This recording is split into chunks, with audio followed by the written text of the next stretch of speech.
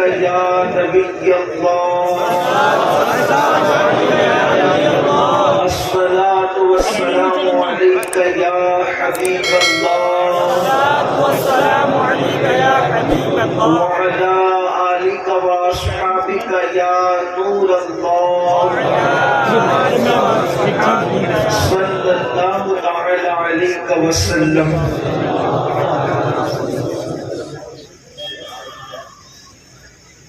عرش حق ہے مسند رفعت رسول اللہ کی، دیکھنی ہے حشر میں عزت رسول اللہ کی، ہم بھکاری وہ کریم ان کا خدا ان سے فزوں، اور نہ کہنا نہیں عادت رسول اللہ کی، لا رب العرش جس کو جو ملا ان سے ملا، بڑھتی ہے کونین میں نعمت رسول اللہ کی، خاک ہو کر عشق میں آرام سے سونا ملا، جان کی اکسیر ہے الفت رسول اللہ کی۔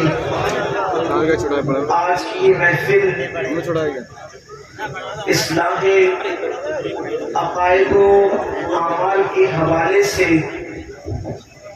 حضور اکرم صلی اللہ علیہ وآلہ وصحبہ وبارک وسلم کے نام نامی اسم گرامی سے منسوب ہے، اور مجھ سے بیشتر آپ نے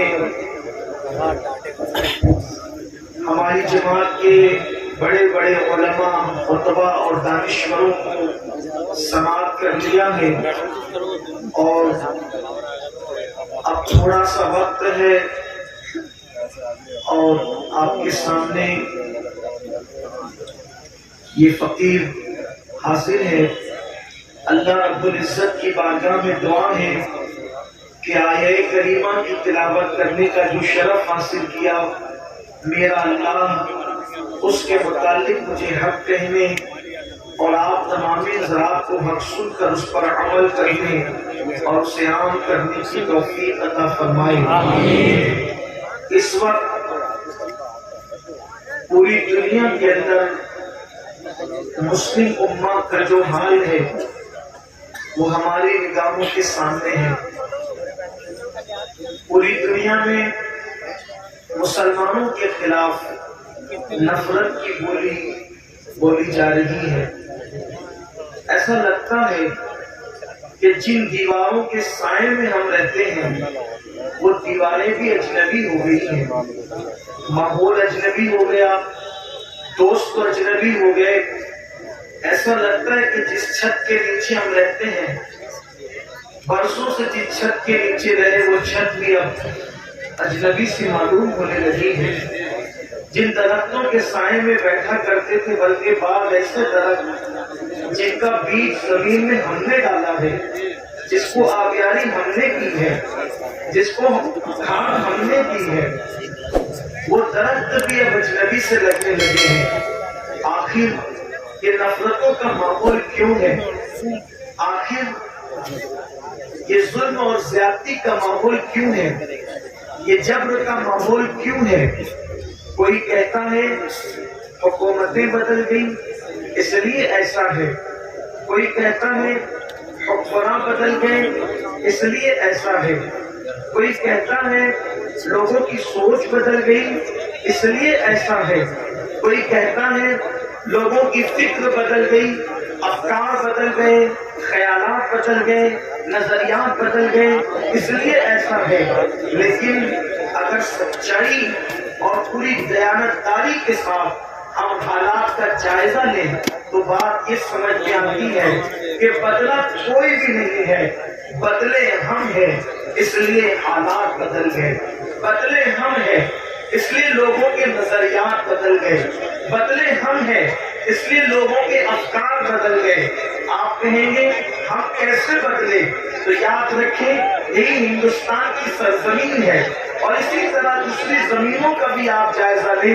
جب تک کہ مسلم جوانوں کا حال یہ تھا، جب تک مسلم قوم کا حال یہ تھا کہ اللہ اکبر، میری قوم اپنی راتوں کو اللہ کی خشیت کے ساتھ، اللہ تبارک و تعالیٰ کے خوف کے ساتھ مصلوں پر اپنے گناہوں کو یاد کر کر کے آنسو بہایا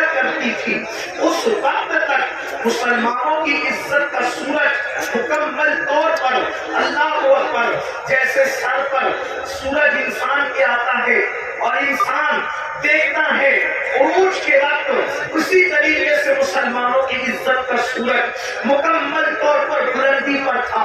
دنیا کی دوسری قومیں مسلمانوں کے سامنے کافہ گدائی لے کر کے کھڑی ہوئی تھی، چاہے وہ علم کا میدان ہو، چاہے وہ تجارت کا میدان ہو، چاہے وہ علوم و فنون کا میدان ہو، جب تک مسلمانوں کی باتیں اللہ کی خشیت سے گزرا کرتی تھی، جب تک مسلمانوں کی باتیں عشق مصطفیٰ میں آنسو بہاتے ہوئے گزرا کرتی تھی، جب تک مشکل جوانوں کا ہاتھ دیکھا کہ حسن اگر دعوت نظارہ دے رہا ہو تو مسلمانوں کی نگاہیں حیا سے چھپ جایا کرتی تھی، اس وقت تک مسلمان عزت کے ساتھ جی رہا تھا۔ اس سرزمین کا غیر مسلم بھی مسلمانوں کے سامنے اپنی نگاہوں کو جھکاتا ہوا اور اپنی پلکوں کو گویا کہ مسلمانوں کے سامنے جھکا کر کے اس کا استقبال کرتا ہوا نظر آتا تھا۔ اللہ اکبر! لیکن جب سے ہم بدلے ہیں، جب سے ہم تبدیل ہوئے ہیں، حالات بدلتے جا رہے ہیں، اور اچھی طرح سے سن لو، ریلیاں نکالنے سے ہمارے یہاں انقلاب نہیں آنے والا، بلکہ دنیا میں انقلاب نہیں آنے والا، تقریروں سے، کانفرنسوں سے انقلاب نہیں آنے والا، جب تک کہ ہم خود تبدیل نہیں ہوں گے، جب تک کہ ہم خود نہیں بدلیں گے، اس وقت تک انقلاب نہیں آئے گا۔ میرے پیارے آقا صلی اللہ علیہ وسلم کے پیارے دیوانوں، میری قوم کے کسی مفکر نے کہا اگر حالات بدلنا ہے تو جیل بھرو تحریک شروع کرو، حالات بدل جائیں گے۔ میں نے کہا غلط، جیل بھرو تحریک سے حالات نہیں بدلیں گے، مسجد بھرو تحریک سے حالات بدلیں گے۔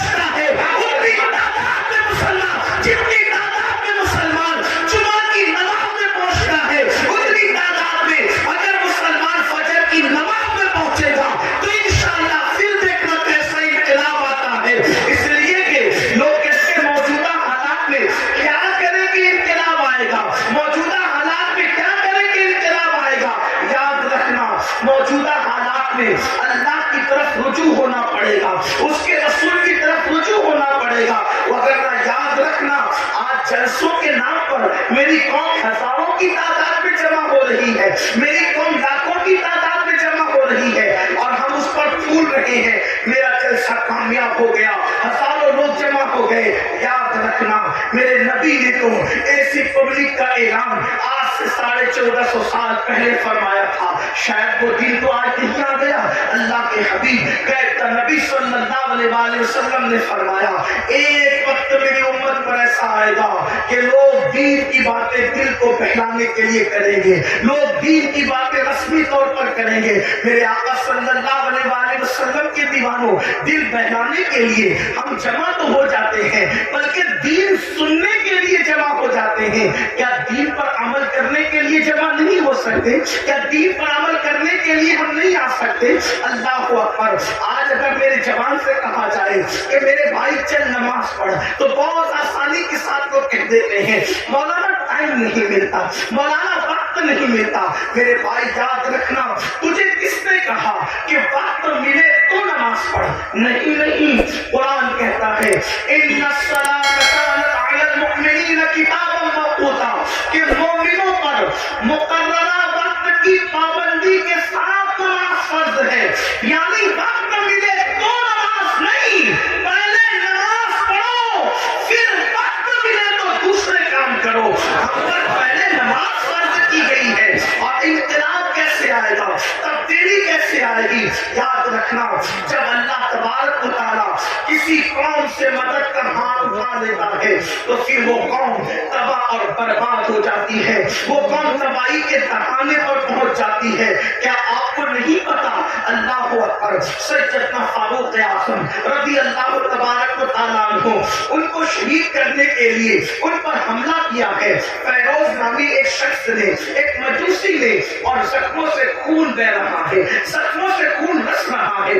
ایسے عالم میں فاروق اعظم تیمم کرتے ہیں اور تیمم کر کے اٹھ کر کے کھڑے ہوتے ہیں۔ کسی نے کہا امیر المومنین پورا وجود لہو لہان ہے اور آپ نماز کی تیاری کر رہے ہیں۔ فاروق اعظم فرماتے ہیں میں نے انہی کانوں سے اپنی آنکھوں کی ٹھنڈک مصطفیٰ جان رحمت سے سنا ہے کہ جس نے نماز چھوڑ دی اس کا دین میں کوئی حصہ نہیں، اس لیے کہ نماز دین کا ستون ہے۔ آپ مجھے بتائیں نا، آج اللہ اکبر، اگر آپ کے گھروں سے دھواں اٹھ رہا ہے، اگر آپ کے گھروں کو جلایا جا رہا ہے یا تمہیں گھر سے بے گھر کیا جا رہا ہے تو تھوڑی دیر تصور تو کرو، جو قوم اللہ کے گھر کو ویران کر دے کیا اس قوم کے گھروں کو ویران نہیں کیا جائے گا؟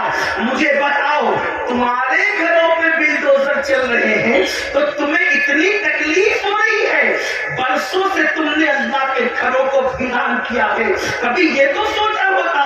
یاد رکھنا، میں کسی کی حمایت یا مخالفت کرنے نہیں آیا، لیکن میری قوم کے چلاؤ ہزاروں کی تعداد میں یہاں جو ٹھاٹے مارتا ہوا سمندر موجود ہے، اللہ کی سب کی قسم اگر محسوس کر لے کہ ہم نے اللہ تبارک و تعالیٰ کے ساتھ کتنی جفا کی ہے، جس نے ہمیں ماں کے پیٹ کے اندر خوبصورت شکل عطا فرمائی، پیدا ہونے سے پہلے ماں کے سینے میں ہمارے لیے غذا پیدا فرمائی، ماں کے دل میں ممتا پیدا کی، باپ کے دل میں شفقت پیدا کی، زمین کا فرش بچھایا، آسمان کا شامیانہ تانا، اتنی نعمتیں دی، اتنی قوتیں دی، اتنی عزتیں دی، چلنے کی طاقت اس نے دی، بولنے کی طاقت اس نے دی، حسن و جمال اس نے دیا، کھانے پینے کی قوت اس نے دی، اس نے سب کچھ دیا۔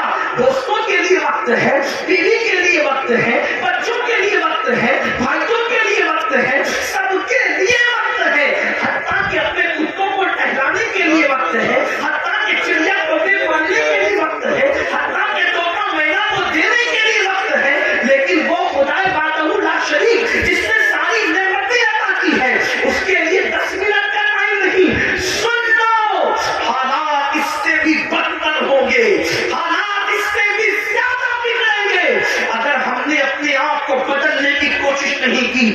کوئی پناہ دینے والا نہ ہوگا، کوئی مدد کرنے والا نہ ہوگا۔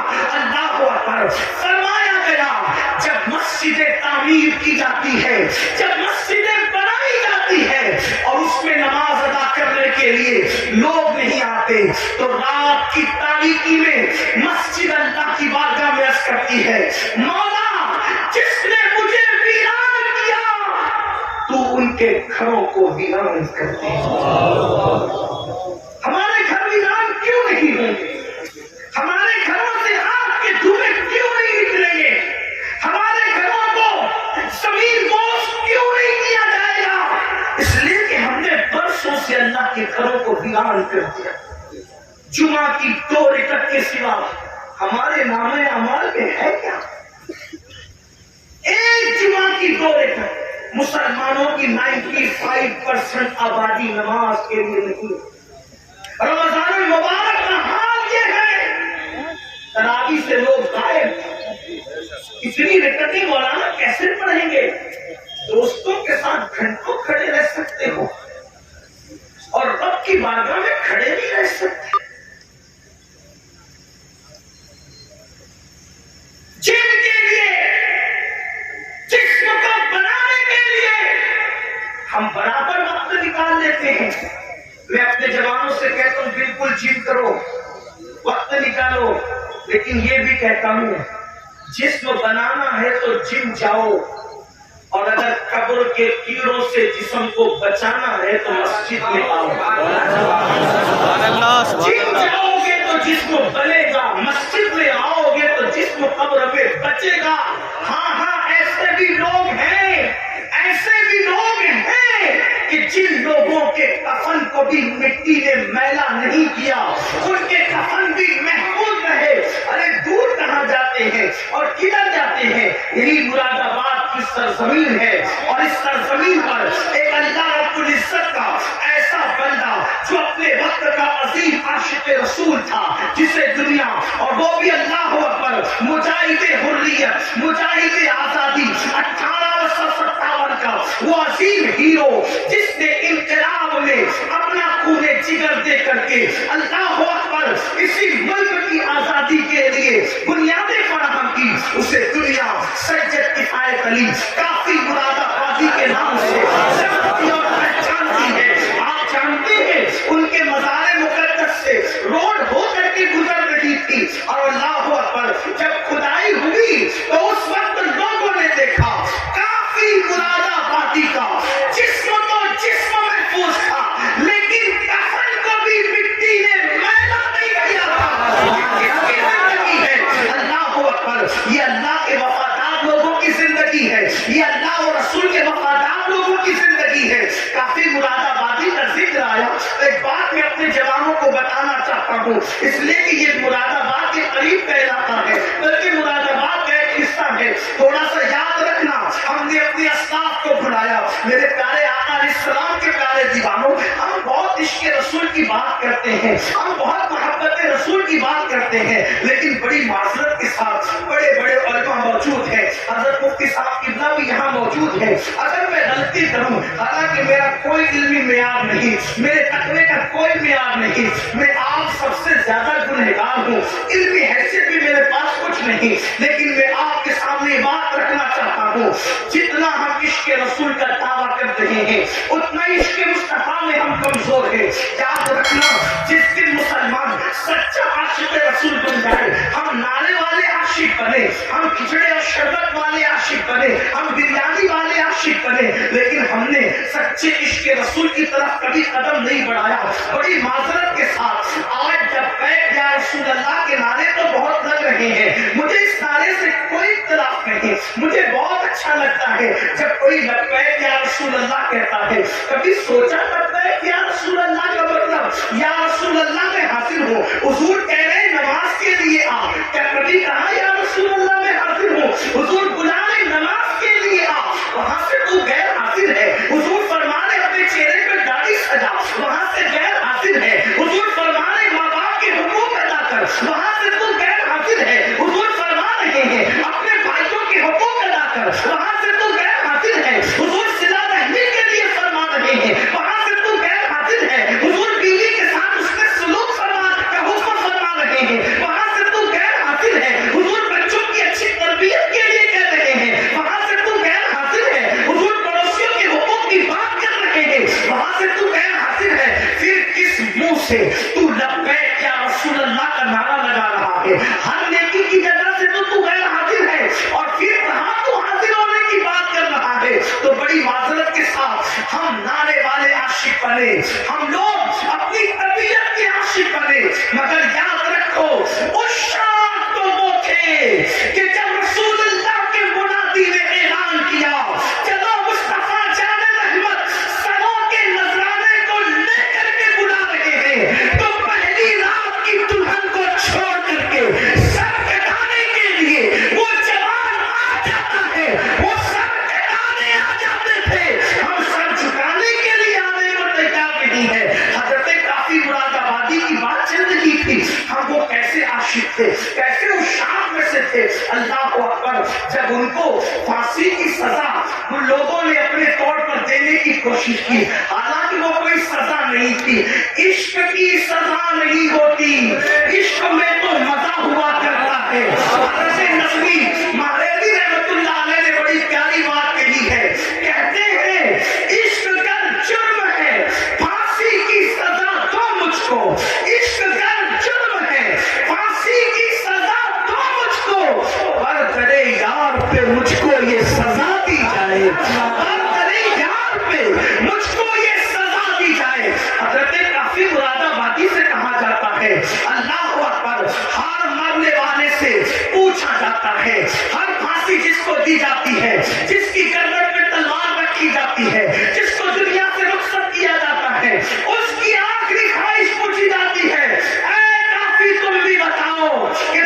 آخری خواہش کیا ہے؟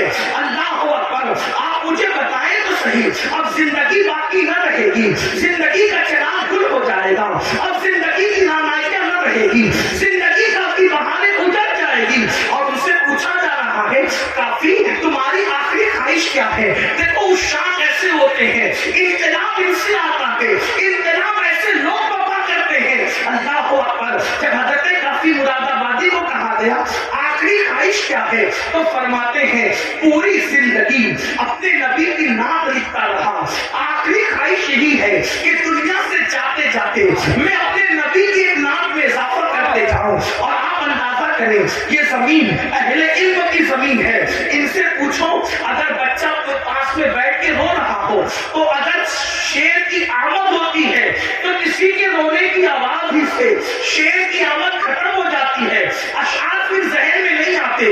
لکھنے کے لیے سکون چاہیے، لکھنے کے لیے یکسوئی چاہیے، لکھنے کے لیے ماحول اچھا چاہیے، یہی تو لکھنے کا طریقہ ہے۔ تبھی تو اشعار تخلیق ہوتے ہیں، تبھی تو اشعار جو ترتیب پاتے ہیں۔ لیکن جس کے سامنے پھانسی کا پھندا ہو اور پھر کہا جا رہا ہے آخری خواہش، تو فرماتے نہ بچے یاد آ رہے ہیں، نہ بیوی یاد آ رہی ہے، نہ مرید یاد آ رہے ہیں، نہ دوست یاد آ رہے ہیں، نہ احباب یاد آ رہے ہیں، یاد آیا تو اللہ کا محبوب یاد آیا، اسی کو عشق کہتے ہیں۔ یاد آیا تو خدا کا محبوب یاد آیا۔ کہتے ایک نعت لکھنا چاہتے ہیں، لیکن آپ سے کہنا چاہتا ہوں اس پھانسی کے پھندے کو دیکھ کر اس عاشق مصطفیٰ نے جو آخری نعت لکھی ہے کوئی اس میں نقص نہیں نکال سکتا۔ اللہ اکبر، ایسا لگتا ہے عشق اور ادب دونوں ایک دوسرے سے گلے ملتے نظر آ رہے ہیں۔ ادبی رانائیاں ایسی اور عشق کا معیار اللہ اکبر، بلکہ کیوں کہتے عشق کا جبریل مکمل اپنے سدرہ پر نظر آ رہا ہے۔ اس شان کے ساتھ نعت لکھی ہے اور وہ مشہور زمانہ کلام یہ ہے کوئی گل باقی رہے گا نہ چمن رہ جائے گا، کوئی گل باقی رہے گا نہ چمن رہ جائے گا، پر رسول اللہ کا دین حسن رہ جائے گا۔ اطلس و غمخواب کی وہ شام میں نازا نہ ہو، اس سرے بے جان پر خاکی کفن رہ جائے گا۔ ہم سفیر و باد میں ہیں، کوئی رنگ اچھے جہاں بلبلیں اڑ جائے گی، سونا چمن رہ جائے گا، بلبلیں اڑ جائے گی، سونا چمن رہ جائے گا، بلبلیں اڑ جائے گی، سونا چمن رہ جائے گا۔ جو پڑے گا صاحب لولاک کے اوپر درود، جو پڑے گا صاحب لولاک کے اوپر درود، آگ سے محفوظ اس کا تن بدن رہ جائے گا، آگ سے محفوظ اس کا تن بدن رہ جائے گا۔ نام شاہان جہاں مٹ جائیں گے لیکن یہاں کافی نے کل کہا تھا انگریزوں کے لیے کہا تھا، اور میں آج اس عاشق رسول عالم ربانی کے اس مشرے کو آج کے فرعونوں کے لیے پڑھتا ہوں۔ نام شاہان جہاں مٹ جائیں گے لیکن یہاں، نام شاہان جہاں مٹ جائیں گے لیکن یہاں حشر تک نام و نشان پنجتن رہ جائے گا۔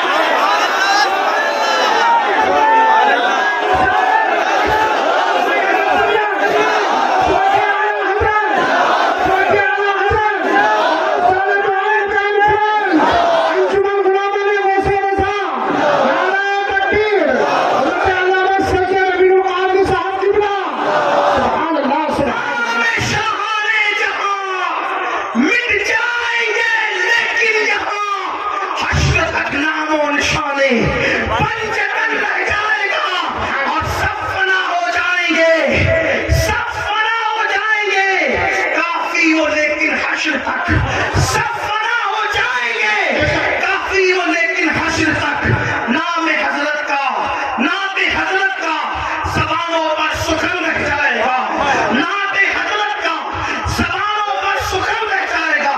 جب کافی نے یہ نعت لکھی انگریز چل بلا گیا، تیش میں آ گیا، کہا اس کو اب آسانی سے مرنے نہیں دیں گے، اس کو صرف پھانسی کی سزا نہیں دیں گے، اس کے دل و دماغ میں عشق کا سودا اتنا سمایا ہے اب اس کو بہت درد اور دکھ دے کر کے ماریں گے۔ یہ ہمارے بزرگوں کی قربانیاں آج کے تناظر میں دیکھو، آج کے ظلم زیادتی کے ماحول میں دیکھو، کافی کو کہاں آسانی سے نہیں ماریں گے اور دکھ دے کر کے ماریں گے۔ دکھ کیا دیں گے؟ اس زمانے میں جو استریاں ہوتی تھی وہ کوئلے کی ہوتی تھی، اندر کوئلے ڈال کر اس کو گرم کیا جاتا تھا۔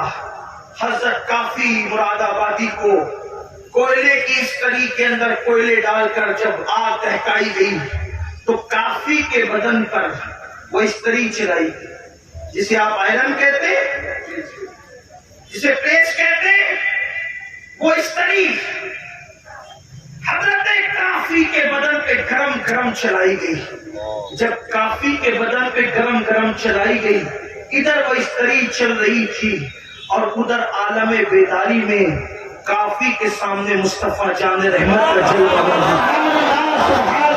اللہ کے رسول حالت بیداری میں کافی کو اپنا جلوہ دکھا رہے تھے۔ کافی رو پڑے اور کہتے آقا میں نے دیر کر دی، کاش مجھے معلوم ہوتا یہ صدمہ اٹھا کر آپ نظر آتے ہیں تو میں اس طریق چلوانے میں اتنی دیر کیوں کرتا، یہ کام میں پہلے کر دیا، پہلے نظر آ جاتا۔ آپ اندازہ فرمائیں، لیکن کسی کے دل کے تار مدینے کی سرکار سے اتنے مضبوطی سے جڑے تو ہوں کہ پھانسی کا پھندا دیکھ کر بھی انہیں مصطفیٰ جان رحمت یاد آئے، حضور کا ذکر یاد آیا۔ بڑی معذرت کے ساتھ ہم عشق رسول کا دعویٰ تو کرتے ہیں لیکن حضور ہمیں کب یاد آتے ہیں؟ ان کو پھانسی کا پھندا دیکھ کر بھی حضور یاد آ رہے ہیں، حضور کو وہ وہاں بھی نہیں بھولے، پھانسی کا پھندا دیکھ کر بھی نہیں بھولے۔ آپ سے پوچھتا ہوں حضور ہمیں کب یاد آتے ہیں؟ آقا ہمیں کب یاد آتے ہیں؟ جب